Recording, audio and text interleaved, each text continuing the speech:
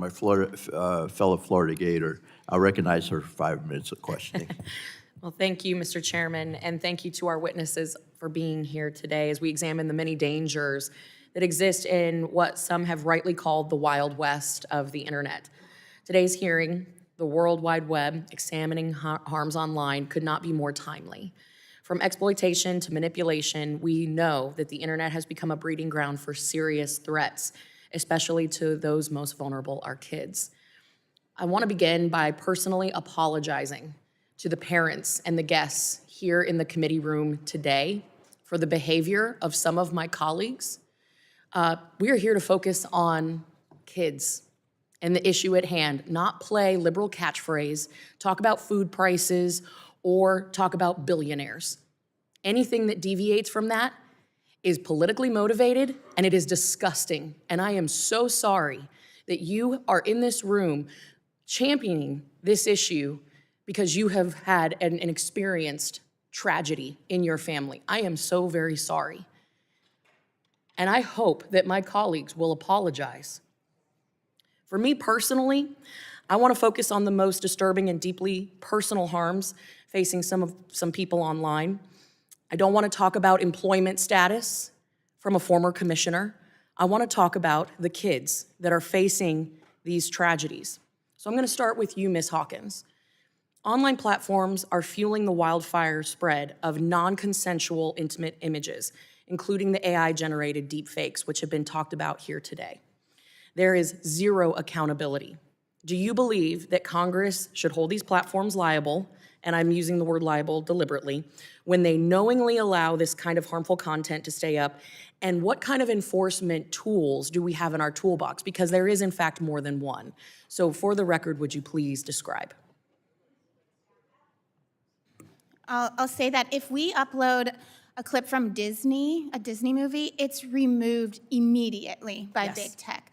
But if sexual abuse is uploaded, the most horrific moments in our lives are uploaded to the internet, it's monetized, and it garners thousands of views and downloads and shares. There's so much that we can do, but as long as tech has no incentive to listen to survivors, to remove this material, we will see no change. The Take It Down Act would do that significantly, but so too would sunsetting CDA 230. This committee almost called for that last year. The problem right now is tech is not coming to the table. We must have them at the table to negotiate and figure out the right solution. I agree with you, and I'm disappointed to hear that all of a sudden one side is against big tech when all along this has been a bipartisan issue. We have seen conservatives censored online. We have seen progressive voices censored online. There has been a collective call for reform with the big tech companies, and this is another example where we can come together in a bipartisan way, in this case, to protect our kids, especially online.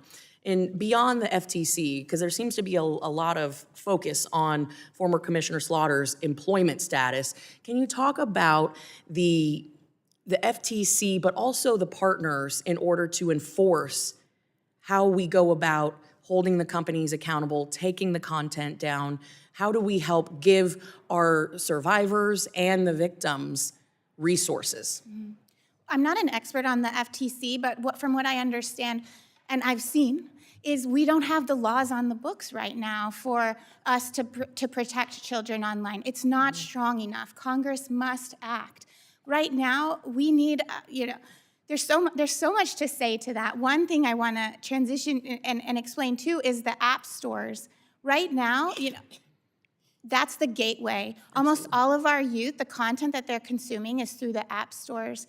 We can see such significant progress if we just make them accountable and provide parental opportunities. Absolutely, and I think there is a coalition of apps that are working on this and other issues in the periphery, which will be very beneficial. I want to jump to the state laws that are currently on the books, and we know that as every state continues to add the laws, it becomes this patchwork deal where Congress will be forced to act, and we do need to act, and I agree with the chairman that yes, we will take action, and we are willing to go it alone if need be, because this is the right thing to do for parents, for families, and for kids.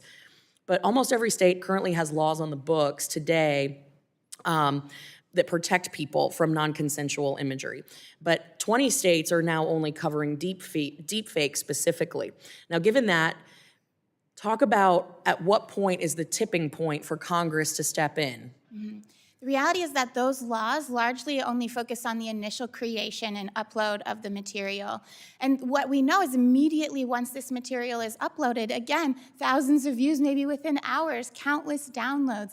And it's quite inefficient. Congress brings efficiency here, and we need more, energy, and we need a solution that holds the tech companies that forces them to listen to us when this is happening to us. Well, and I know my time has expired, so I will yield, but I also